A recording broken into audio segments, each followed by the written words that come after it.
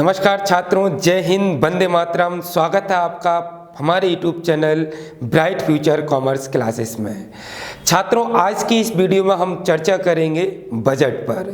तो पहले तो आप ध्यान रखिएगा कि अगर आप किसी नौकरी की तलाश कर रहे हैं, कंपटीशन एग्ज़ाम की तैयारी कर रहे हैं, चाहे वो सिविल सर्विसेज हो या कोई अन्य एग्ज़ाम हो, आप छात्र हैं या पेशेवर व्यक्ति या फिर हैं व्यवसायी, किसान हैं या फिर आम व्यक्ति, तो आपको जानना जरूरी है कि बजट होता क्या है।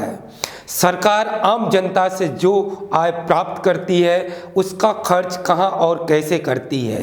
देश के बजट का इतिहास क्या रहा, अंतरिम बजट और पूर्ण बजट होता क्या है, संविधान में बजट के क्या प्रावधान है, बजट कौन प्रस्तुत करता है और बजट की राशि आखिर सरकार के पास आती कहां से है और उस राशि को व्यय करने का अधिकार सरकार को कौन देता है। इन सारे रोचक क्वेश्चनों पर आज हम डिस्कस करने वाले हैं। वीडियो में बने रहिएगा। चलिए स्टार्ट करते हैं संपूर्ण बजट। तो बजट स्टार्ट करने से पहले हम ये समझ लें कि बजट होता क्या है। तो दुनिया का हर एक वो देश जो लोकतांत्रिक है, तो एक लोकतांत्रिक देश में उस देश की जनता को सरकार से ये प्रश्न करने का अधिकार होता है कि सरकार एक वित्तीय वर्ष में यानी कि 1 अप्रैल से 31 मार्च तक जो आय कमाती है, प्राप्त करती है विभिन्न स्रोतों से, उस आय का खर्च वो कहाँ करती है। ये प्रश्न जनता कर सकती है देश की सरकार से। सरकार को संवैधानिक तौर पर इसका हिसाब किताब जनता को देना होता है। इसके लिए सरकार क्या करती है, एक निश्चित अवधि यानी कि 1 अप्रैल से 31 मार्च तक की कुल आमदनी यानी कि आय और कुल व्ययों का हिसाब किताब रखती है। यही हिसाब किताब और लेखा जोखा का जो दस्तावेज होता है, डॉक्यूमेंट होता है, उसी दस्तावेज को हम बजट के नाम से जानते हैं। हालांकि बजट की शुरुआत कहाँ से हुई दुनिया में और भारत में इसका इतिहास क्या रहा, इस पर हम डिस्कस करेंगे। फिलहाल में आपको हम बता दें कि 1 फरवरी 2024 अभी 3 दिन पहले जो बजट वित्त मंत्री निर्मला सीतारमण जी ने प्रस्तुत किया संसद में, वो बजट अंतरिम बजट था। अब ये अंतरिम बजट का जुमला कहाँ से आया, इसका इतिहास क्या रहा, इस पर भी हम चर्चा करेंगे। तो चलिए स्टार्ट करते हैं। सबसे पहले भारत के बजट के इतिहास का। देश का पहला बजट 164 साल पहले ब्रिटिश गवर्नमेंट के वित्त मंत्री जेम्स विल्सन ने 7 अप्रैल 1860 को प्रस्तुत किया। 7 अप्रैल 1860 को देश का पहला बजट प्रस्तुत हुआ ब्रिटिश गवर्नमेंट के समय में। इसके बाद स्वतंत्र भारत का पहला बजट 26 नवंबर 1947 को वित्त मंत्री R.K. षणमुखम चेट्टी ने प्रस्तुत किया।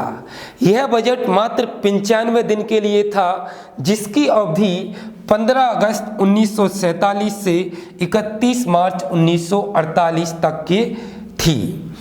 यह बजट देश का एक तो स्वतंत्र भारत का पहला बजट था, दूसरा स्वतंत्र भारत का पहला अंतरिम यानी कि इंटरिम बजट भी था।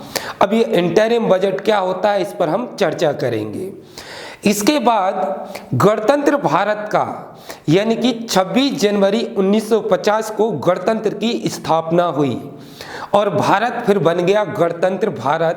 भारत के नागरिकों को संवैधानिक अधिकार प्राप्त हो चुके थे। तो गणतंत्र भारत का पहला बजट 28 फरवरी 1950 को जॉन मथाई ने पेश किया था।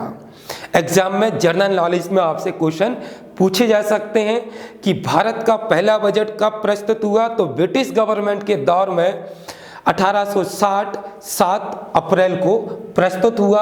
किसने किया? जेम्स विल्सन ने। स्वतंत्र भारत का पहला बजट कब प्रस्तुत हुआ, तो स्वतंत्र भारत का पहला बजट प्रस्तुत हुआ बेटा 26 नवंबर 1947 को। कितने समय के लिए प्रस्तुत हुआ? तो सिर्फ 95 दिन के लिए। इसकी अवधि क्या थी? 15 अगस्त 1947 से 31 मार्च 1948 तक की।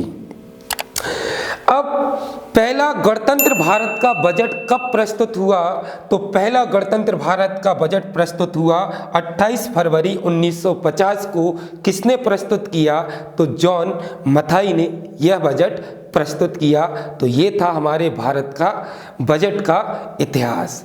अब समझते हैं अंतरिम बजट का जुमला कहाँ से आया और ये अंतरिम बजट इंटरिम बजट होता क्या है और सरकार इसे कब प्रस्तुत करती है।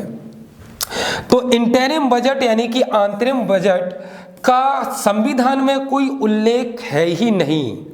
संविधान में अंतरिम बजट को वोट ऑन अकाउंट के नाम से जाना जाता है। अब ये होता क्या है देखिएगा। दरअसल आजाद भारत का पहला बजट वित्त मंत्री षणमुखम चेट्टी ने 26 नवंबर 1947 को पेश किया था। इसमें नए नियम, नए टैक्स लागू नहीं किए गए थे। इसके 95 दिन बाद 1948 और 49 वित्तीय वर्ष का पूर्ण बजट प्रस्तुत किया गया।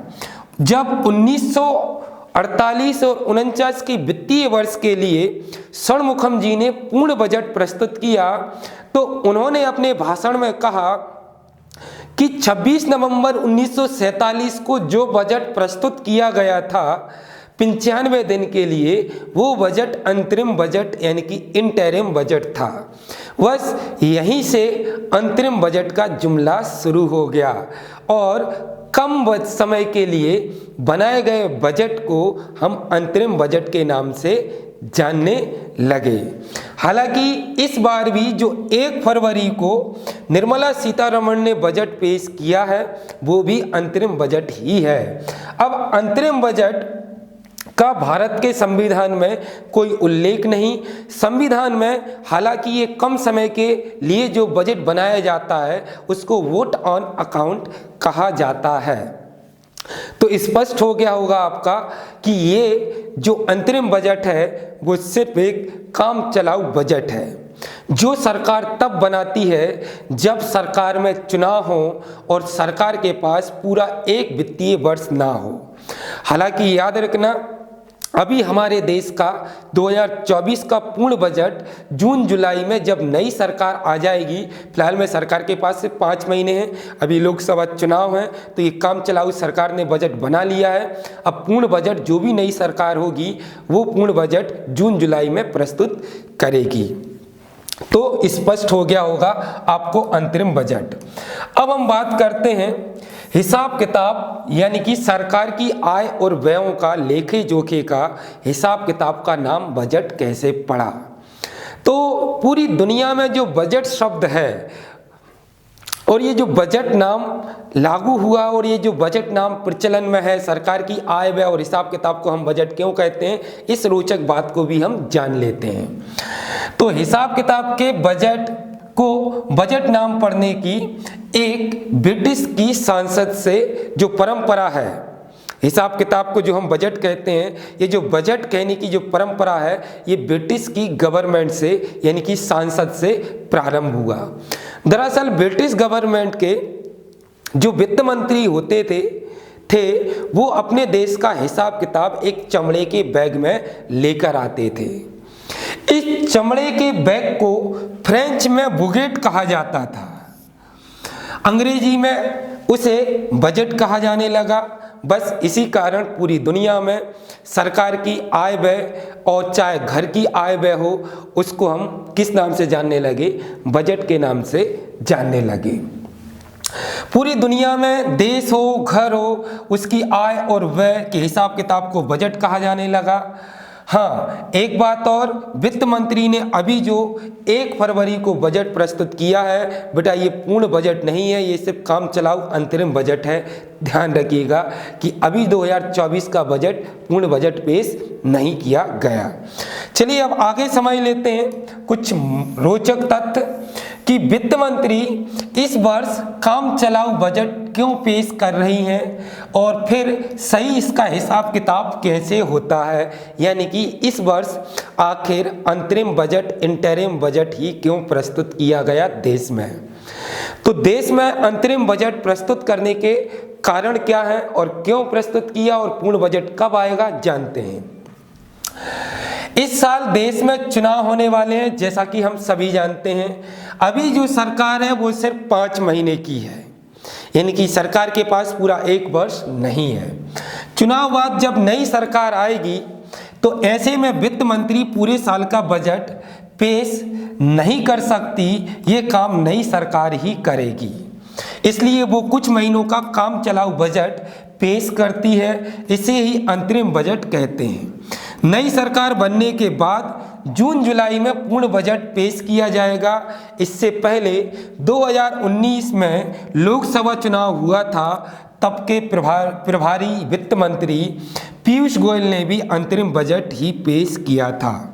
चुनाव जीतने के बाद निर्मला सीतारमण जी 2019 में वित्त मंत्री बनी और उन्होंने 5 जुलाई 2019 को फिर पूर्ण बजट पेश किया।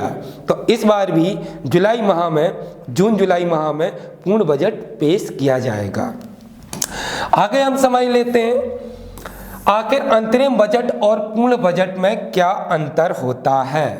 तो देखिएगा, अंतरिम बजट एक अस्थायी व्यवस्था है सरकार की, जो एक अल्प अवधि के लिए, कम समय के लिए बनाया जाता है।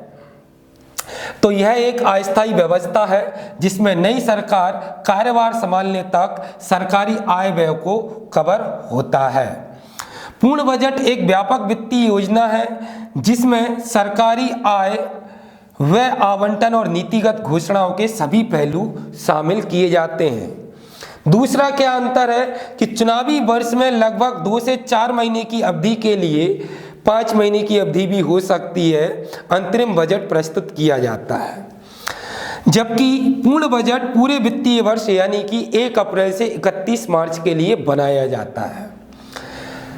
अब अंतरिम बजट में सरकार किसी बड़ी नीतिगत घोषणा और टैक्स में बड़े बदलाव से बचती है, जबकि पूर्ण बजट में कई बड़ी नीतिगत घोषणाएं की जाती हैं और टैक्स में भी बदलाव किए जाते हैं। सरकार वोट ऑन अकाउंट में सिर्फ खर्च के लिए संसद से मंजूरी मांगती है, इसमें संसद में बहस नहीं होती।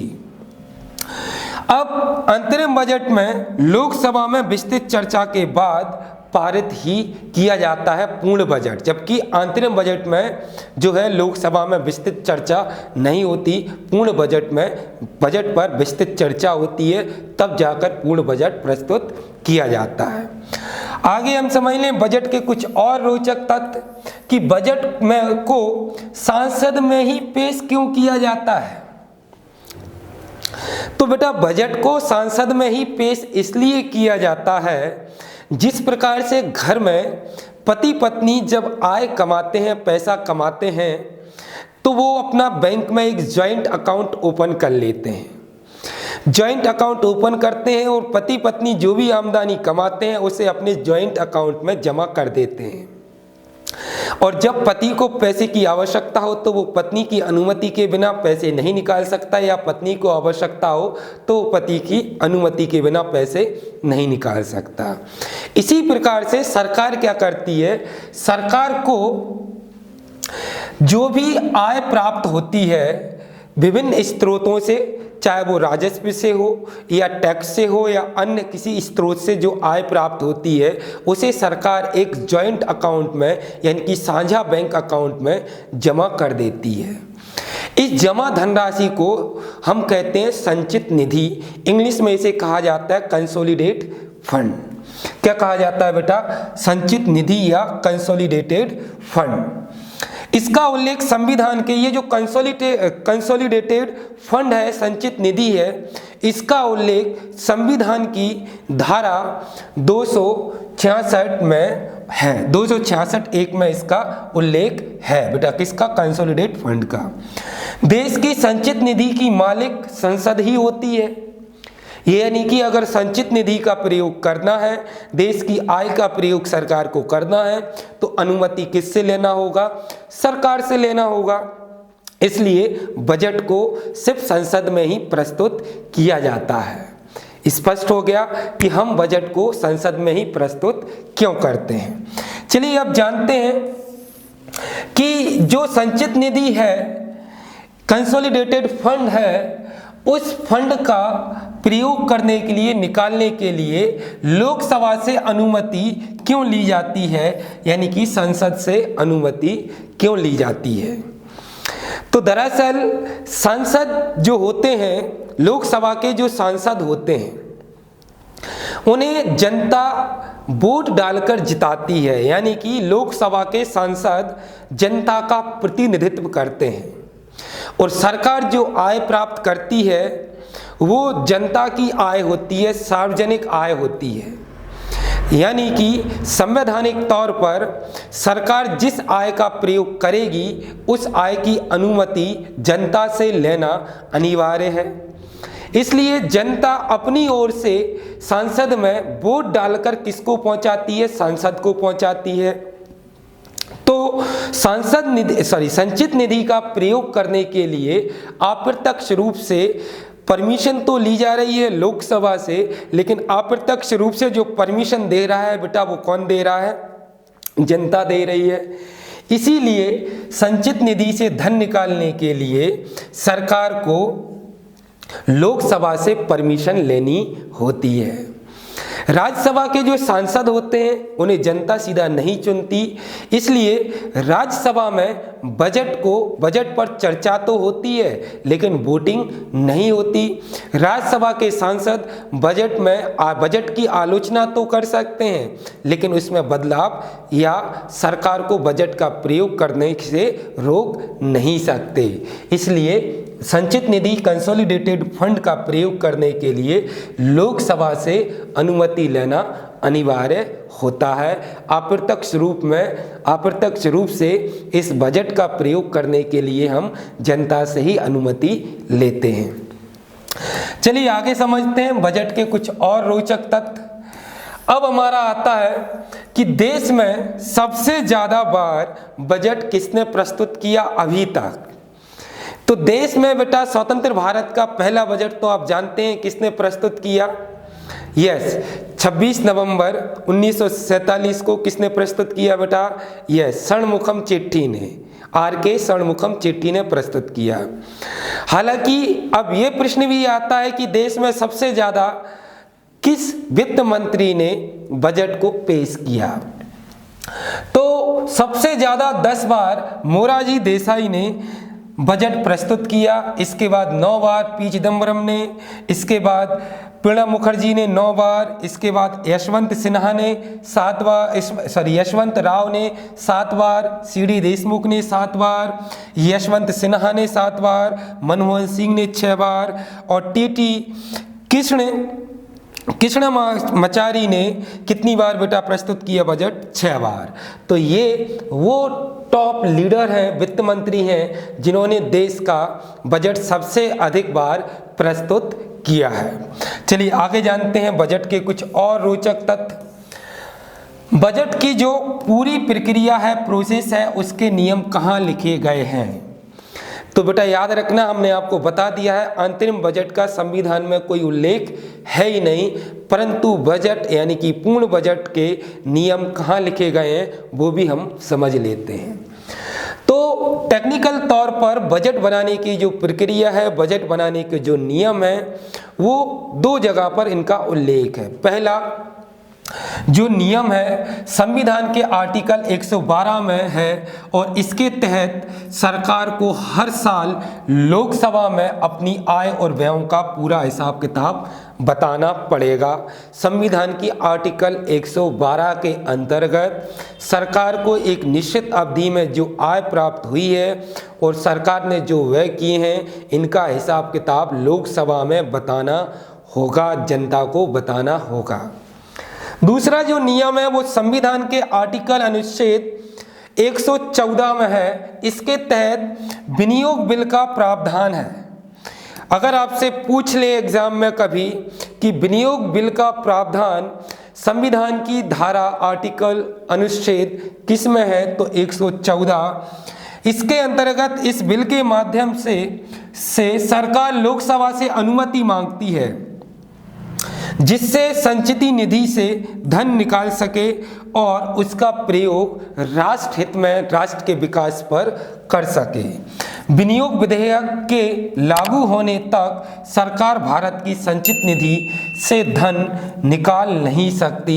ध्यान रखिएगा बेटा, जो कंसोलिडेटेड फंड है, संचित निधि है, वो सरकार तब तक विड्रॉ नहीं कर सकती जब तक कि विनियोग बिल यानी कि विनियोग विधेयक संसद में, लोकसभा में पारित ना हो जाए। तो स्पष्ट है बजट प्रक्रिया का नियम। चलिए आगे हम समझते हैं। अब समझते हैं हम बजट, देश का बजट आखिर बनता कैसे है, सरकार बजट कैसे बनाती है। तो सबसे पहले तो बेटा बजट जो बनता है वो आमतौर पर 6 चरणों में, 6 स्टेजेस में बनता है।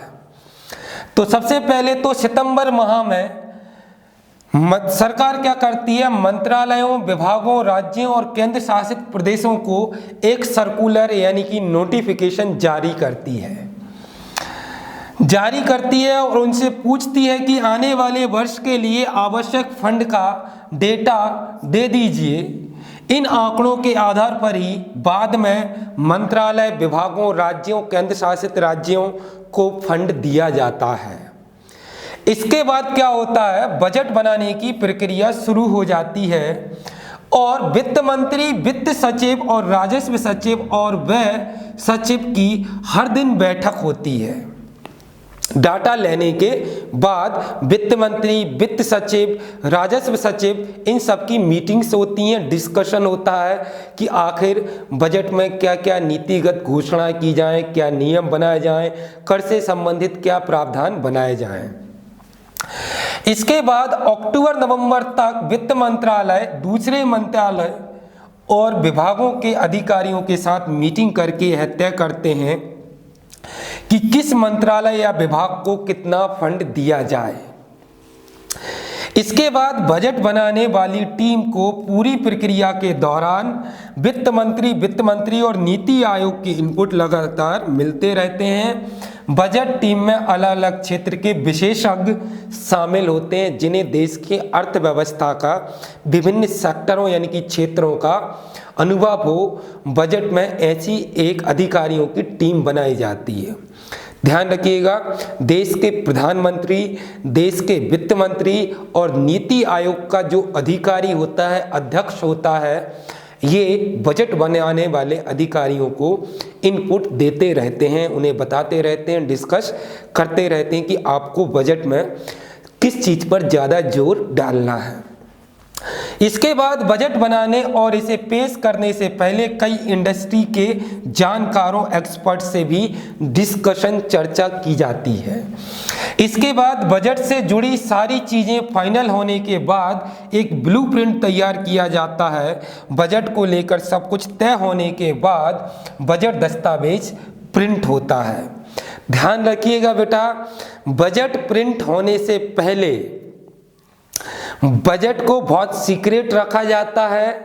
अब क्या सीक्रेसी होती है वो हम आगे आपको बताने वाले हैं। बजट प्रिंट होने से पहले देश का प्रधानमंत्री निर्मला सीतारमण, यानी कि वर्तमान अपन बात करें तो, यानी कि हर बार जब बजट प्रिंट होता है, प्रिंट होने से पहले जो बजट बनाने वाले अधिकारी होते हैं उन्हें हलवा सेरेमनी भी देती है, यानी कि वित्त मंत्री सबको बजट बनने पर हलवा भी खिलाती है। इसके बाद ही बजट प्रिंट होता है और संसद में प्रस्तुत किया जाता है। अभी हलवा सेरेमनी क्या है उस पर भी हम चर्चा करेंगे। आइए अब जानते हैं कुछ और रोचक बजट की बातें। तो क्या बजट बनाने वाले लोगों को कमरे में बंद रखा जाता है? बिल्कुल सही है। बजट बनाने वाले जो अधिकारी होते हैं इन्हें नॉर्थ ब्लॉक के कमरों में कई सप्ताहों तक रहने दिया जाता है। ये कमरों से बाहर, यानी कि इन्हें किसी दूसरों से बात करने की या मोबाइल या बाकी चीज़ें अलाउ नहीं होती, इन्हें बंद कमरे में ही रहना होता है। तो बजट दस्तावेज गुप्त होता है, सीक्रेट होता है, क्योंकि इसकी कोई सूचना बाहर नहीं आनी चाहिए। आपने देखा होगा कई बार देश में ऐसी समस्या भी आई है कि बजट लीक हो गया और बजट लीक होने की वजह से देश के वित्त मंत्री ने जो है वो इस्तीफा दे दिया। तो ऐसी स्थिति में बजट को क्या करते हैं हम बेटा, गोपनीय रखते हैं। तो बजट दस्तावेज को वित्त मंत्रालय के चुनिंदा अफसर तैयार करते हैं। बजट दस्तावेज लीक ना होने पाए इसके लिए इसमें यूज होने वाले सभी कंप्यूटरों को ध्यान रखिएगा, एक कंप्यूटर को दूसरे नेटवर्क से डी लिंक कर दिया जाता है। बजट पर काम करने वाले अफसरों और कर्मचारियों को 2 से 3 सप्ताह तक नॉर्थ ब्लॉक के कार्यालयों में ही रहना पड़ता है। इस दौरान उन्हें बाहर जाने की अनुमति नहीं होती। जब बजट बन जाता है तो वित्त मंत्री उन्हें हलवा भी खिलाती है। यही जो प्रक्रिया है इसे हलवा सेरेमनी भी कहते हैं। इसके बाद बजट प्रिंट किया जाता है। तो चलिए अब जानते हैं हम बजट की कुछ और रोचक बातें। ये जो फोटो आप देख रहे हैं बेटा, ये अभी 24 जनवरी 2024 का फोटो है। जब बजट बनाने वाले अधिकारियों ने बजट बना लिया तब देश की वित्त मंत्री निर्मला सीतारमण उन्हें हलवा खिला रही हैं। तो ये हलवा खिलाने की जो परंपरा है वो कहते हैं ना, कुछ अच्छा करने से पहले मीठा हो जाए। तो वही ये मैटर है कि बजट बन गया है और देश की जो वित्त मंत्री हैं निर्मला सीतारमण जी, वो अपने अधिकारियों को हलवा खिला रही हैं। ये जो तस्वीर है ये 24 जनवरी 2024 की है और ये हलवा सेरेमनी का चित्र है, तस्वीर है। तो बजट बनने के बाद बजट बनाने वाले अधिकारियों को हलवा खिलाया जाता है, उनका मुंह मीठा किया जाता है। चलिए आगे जानते हैं बजट के कुछ और रोचक तथ्य। अब कुछ और रोचक तथ्य ये हैं कि सरकार के पास जो व्यय खर्च के लिए पैसा है वो कहाँ से आता है और कहाँ पर जाता है, यानी कि सरकार अपना पैसा कहाँ से कमाती है और कहाँ पर उसको खर्च करती है, ये भी जानना आपको जरूरी है। तो चलिए देखते हैं। सरकार के खजाने में हर 1 रुपये में से सबसे ज़्यादा 34 पैसे कर्ज से आते हैं, यानी कि 34% बजट का पैसा सरकार लोन से प्राप्त करती है, ऋण से प्राप्त करती है। वहीं ब्याज चुकाने पर सबसे ज़्यादा 20 पैसे सरकार व्यय करती है, यानी कि बजट में जो कुल आय है उसका 34% हिस्सा सरकार ने कर्ज लेकर प्राप्त किया है। और बजट में जो कुल व्यय हैं उनका 20% हिस्सा सरकार ब्याज पर चुकाती है, ब्याज पर खर्च करती है। आज यहाँ हम ये इसलिए बता रहे हैं क्योंकि 1 फरवरी को वित्त मंत्री निर्मला सीतारमण ने जो बजट पेश किया है वो अंतरिम बजट है। इस साल लोकसभा चुनाव होने वाले हैं, इसलिए पूर्ण बजट की जगह अंतरिम बजट पेश किया जाएगा। अंतरिम बजट से वर्तमान सरकार को नई सरकार के आने और बजट पेश होने तक देश को चलाने के लिए पैसा मिलता है। ऐसे में आपके मन में प्रश्न होगा कि सरकार के पास पैसा कहाँ से आता है और खर्च कहाँ पर होता है। तो हम आपको बता दें, सरकार के पास पैसा टैक्स और नॉन टैक्स दोनों प्रकार के सोर्सेज से आता है, साधनों से आता है। वहीं ब्याज चुकाने में से लेकर सब्सिडी और स्कीम सहित अन्य कार्यों पर सरकार पैसे को खर्च करती है। इसे 1 फरवरी 2023 के बजट के आंकड़ों के द्वारा हम इस प्रकार से समझ लेते हैं। ध्यान रखिएगा बेटा, ये 2024 के बजट के आंकड़े नहीं बता रहे हैं हम आपको, ये 2023 का जो बजट है उसके आंकड़ों पर हम आपको समझा रहे हैं कि सरकार बजट की आय कहाँ से प्राप्त करती है और वह कहाँ पर करती है।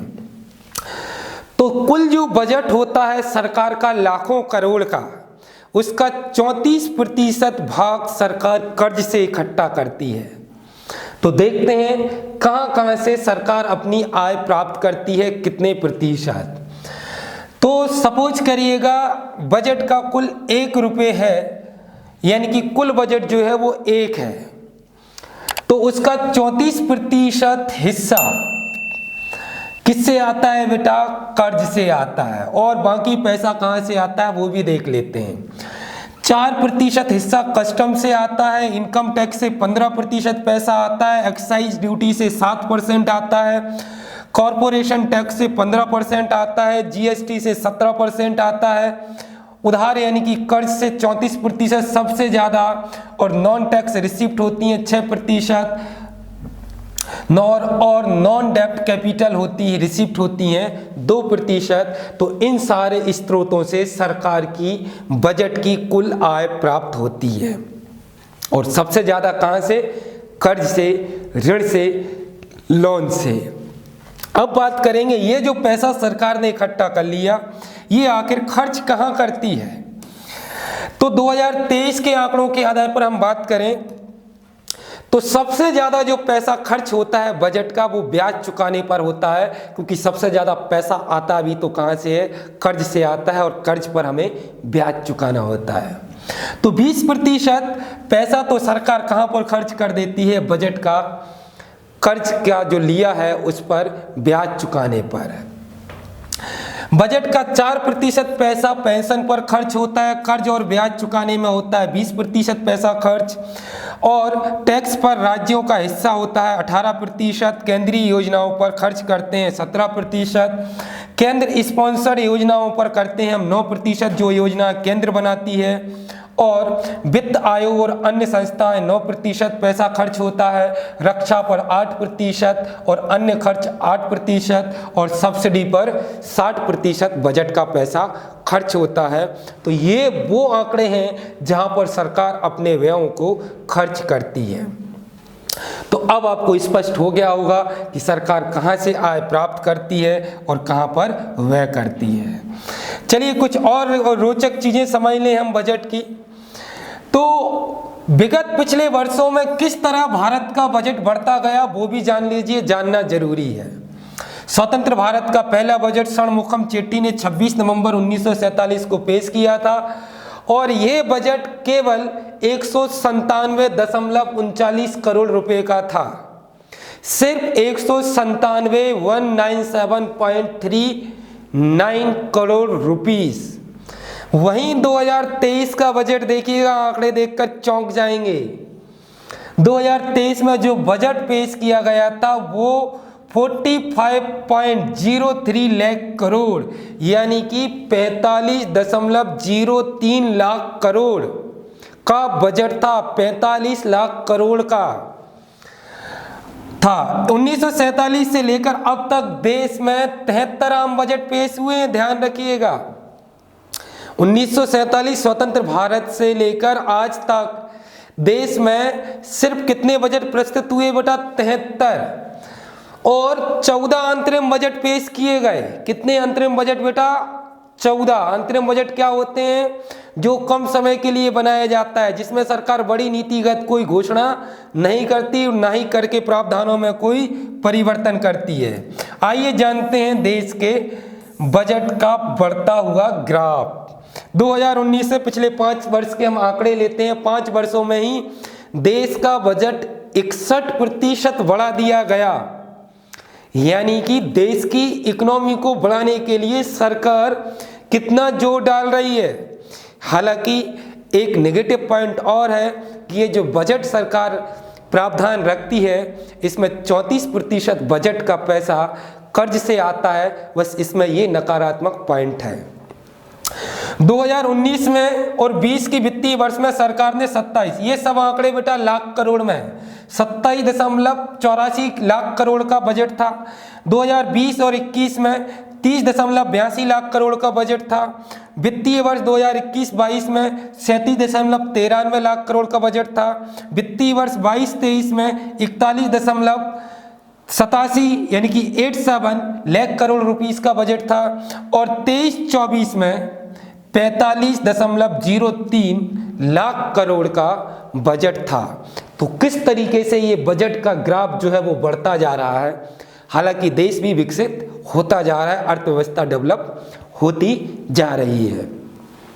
चलिए अब और जानते हैं कुछ और रोचक चीजें बजट की, कि बजट में हुए अब तक के सबसे ज्यादा परिवर्तन क्या थे। तो देखिएगा बजट में हुए अब तक के सबसे बड़े बदलाव क्या हैं? 1955 तक बजट केवल अंग्रेजी में छपता था। 1955 तक 1947 यानी कि बात करें 1860 से ही, तो बजट सिर्फ किस में छपता था बेटा? इंग्लिश में छपता था। 1999 से पहले तक आम बजट शाम 5 बजे पेश होता था। 1999 तक जो भी बजट सरकार पेश करती थी वो कब करती थी बेटा? शाम 5 बजे। 1999 से इसे हम कब करने लगे? सुबह 11 बजे पेश करने लगी सरकार। 2016 तक फरवरी के आखिरी दिन पेश होता था, यानी कि 28 फरवरी या 29 फरवरी को। कब बेटा? 2016 तक। 2017 में बजट पेश करने का दिन 1 फरवरी किया गया। 2017 से बजट कब प्रस्तुत होता है? 1 फरवरी को। 2016 तक रेल बजट अलग से पेश किया जाता था, आम बजट में रेल को शामिल नहीं किया जाता था। 2017 में रेल बजट को आम बजट में ही मिला दिया गया, इनकी सारे बजट को एक साथ बनाया जाने लगा। 2021 में पहली बार पेपरलेस बजट पेश हुआ, यानी कि टैबलेट पर, और अब 2022, 23 और 24 में भी पेपरलेस बजट ही पेश होने लगा, जिससे पेपर यानी कि पर्यावरण को बचाया जा सके और खर्चों को भी बचाया जा सकता है। तो बजट की हिस्ट्री, बजट की सारी जानकारी बहुत रोचक थी, आप समझ गए होंगे। और सारे क्वेश्चन जनरल नॉलेज के रूप में आपसे एग्जाम में पूछे जा सकते हैं, और अगर आप आम व्यक्ति हैं तब भी आपको ये सब जानना जरूरी था। वीडियो पसंद आया हो तो लाइक कर लें, चैनल को सब्सक्राइब कर लें, ताकि ऐसी वीडियो आपको मिलती रहें। जय हिंद, जय भारत।